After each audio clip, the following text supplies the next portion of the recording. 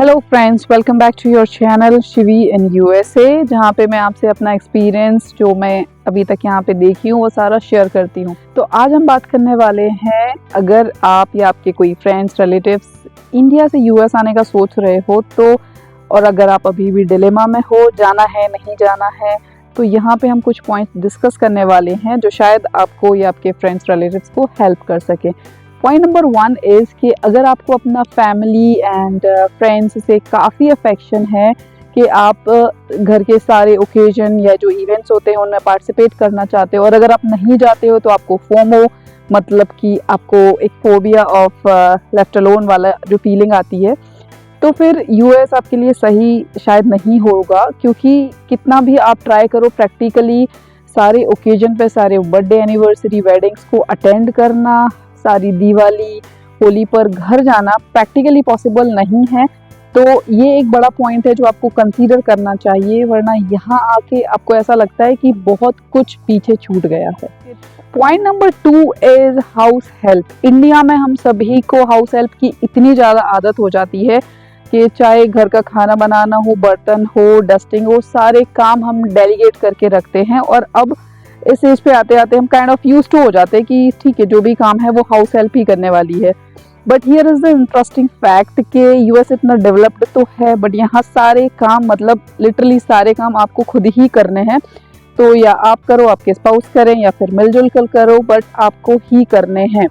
तो थोड़े दिन के लिए आप ऐसा सोच सकते हो कि हाँ ठीक है, यूएस जाने मिल रहा है तो आप कर सकते हो, बट आफ्टर सम टाइम ये जो लाइफ है वो काफ़ी मोनोटोनस हो जाती है। स्पेशली अगर आप में से कोई एक जॉब में नहीं है तो यू विल फील लाइक कि क्या लाइफ इसी के लिए है। तो एक बहुत बड़ा फैक्टर है इसमें गार्डन की मोइंग से लेके क्लीनिंग, डस्टिंग, आयनिंग, खाना, whatever you can think of, वो सारे काम आपको खुद करने हैं। तो अगर आपका ये माइंडसेट है कि हाँ आप कर लोगे, तब ही आप इधर आने का प्लान करो, otherwise think for some other options. Point number 3 ये है कि अगर आप इंडिया में ही एक अच्छी जॉब में हो और अगर आप, आपके स्पाउस दोनों ही अर्न कर रहे हैं और you are living a pretty decent life, तो I would say that's still better.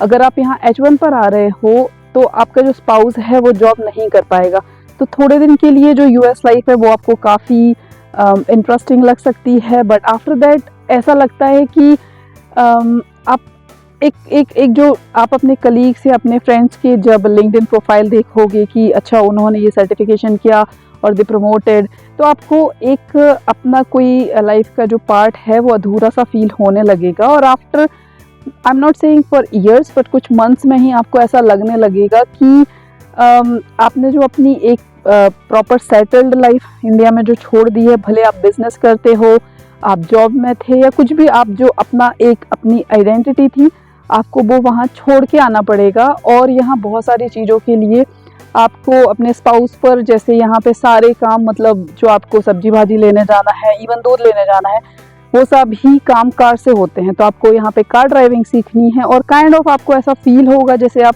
Dependent हो गए हो। तो ये एक बहुत बड़ा फैक्टर है कि अगर आप या आपके स्पाउस अगर H1 पर आ रहे हैं तो वो यहाँ पे काम नहीं कर पाएंगे जब तक आपके पास में अप्रूवल नहीं आ जाता है काम करने का। तो एक बड़ा फैक्टर है जो आपको कंसीडर करना चाहिए।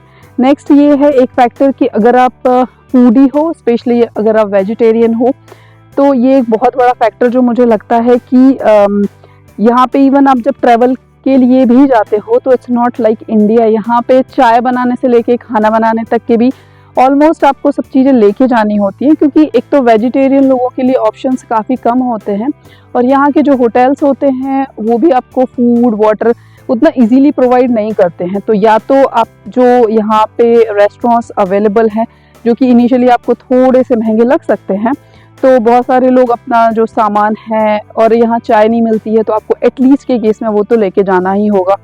और the moment you land in some hotel और समथिंग, आपको वहाँ पानी भी खुद से ही खरीदना होता है। तो अगर आप रेडी हो इस सारे हसल वसल के लिए तो ये ठीक है, otherwise this is one more point two. Last point is medical, जो कि काफ़ी इंपॉर्टेंट पॉइंट होता है, क्योंकि मेडिकल के लिए आपको जो इंश्योरेंस की ज़रूरत होती है उसके बिना आप यहाँ सर्वाइव नहीं कर सकते। और इंश्योरेंस यहाँ पे it's not a black and white thing. आपको बहुत सारी चीज़ें समझ में भी नहीं आती हैं कि जो भी चार्जेस इम्पोज किए गए हैं वो क्या चार्जेस हैं, या आप जो ट्रीटमेंट ले रहे हो वो क्या ट्रीटमेंट है।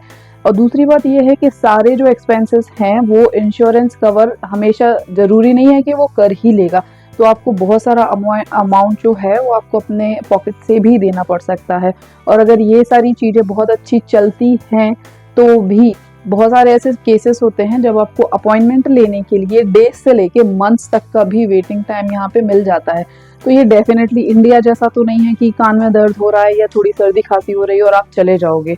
और इवन यहाँ मेडिकल पर जाके भी इमीडिएटली दवाइयाँ अवेलेबल नहीं होती हैं, तो ये एक बड़ा पॉइंट है। और अब ये सारी कहानी का सार ये है कि grass is always greener on the other side, या फिर हिंदी में जैसे बोलते हैं दूर के ढोल सुहावने होते हैं। तो अगर आप एक सिंगल ब्रेड अर्नर हो अपने घर में, मतलब आप अकेले हो कमाने वाले, और अगर आपके बच्चे हैं छोटे हैं, तो आपको यहाँ के जो एक्सपेंसेस हैं वो काफ़ी ज़्यादा लग सकते हैं। आपने शायद जितना सोचा होगा उतनी सेविंग्स यहाँ पे ना हो अगर आप सिंगल पैसा कमाने वाले हो यहाँ पे। तो ये एक बहुत बड़ा पॉइंट है। तो जब भी आप यहाँ आने का सोच रहे हो तो आपके जो भी रिलेटिव्स या फ्रेंड्स हैं, या आप किस एरिया में जाने वाले हो, एक बार उनसे ज़रूर चेक कर लो कि वहाँ पे रेंट क्या है, कार की ईएमआई क्या जाती है, और इतने जो अलग अलग तरीके के इंश्योरेंसेस होते हैं वो मैंडेटरी हैं, तो वो सारे आपको देने पड़ सकते हैं। कई स्टेट्स में जैसे स्कूलिंग फ्री है, कहीं पे आपको मनी देनी होती है। तो मेक श्योर कि यहाँ आने के पहले आप वो सारे अप्रॉक्स कैलकुलेशन कर लो, और अगर आपको लगता है कि आपकी इंडिया में जो अर्निंग है और यहाँ की जो अर्निंग है उसमें बहुत ज़्यादा डिफरेंस है, तो ही यहाँ आने का मतलब है। अदरवाइज आई वुड से इंडिया इज स्टिल बेटर।